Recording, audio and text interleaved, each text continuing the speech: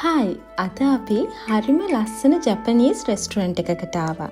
ඉතින් මේ රෙස්ටුරන්ට් එක ලස්සන නිසාම මම ඔයාලට වීඩියෝ එකකින් ඒ අත්දැකීම ෂෙයා කරගන්න හිතුවා. මෙතන වටපිටාව හරිම ඒස්තටික් වයිබ් එකක් තියෙනවා.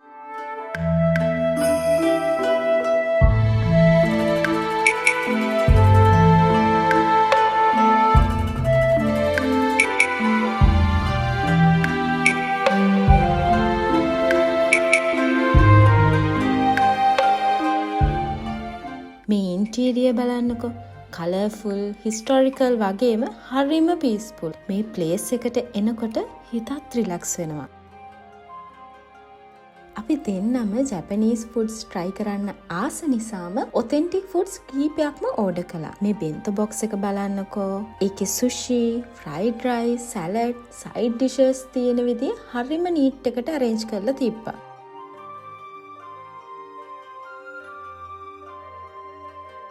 මුලින්ම සුප් එකක් බීලා හැම අපි ඔන්න කන්න පටන් ගත්තා.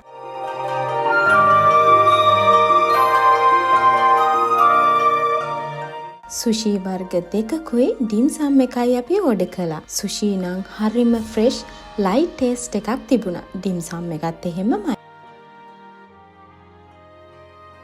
ජැපනීස් ෆුඩ් වල ස්පෙෂල් එක තමයි ලයිට්, හෙල්දි වගේම බැලන්ස් මීල් එකක් කියන දේ.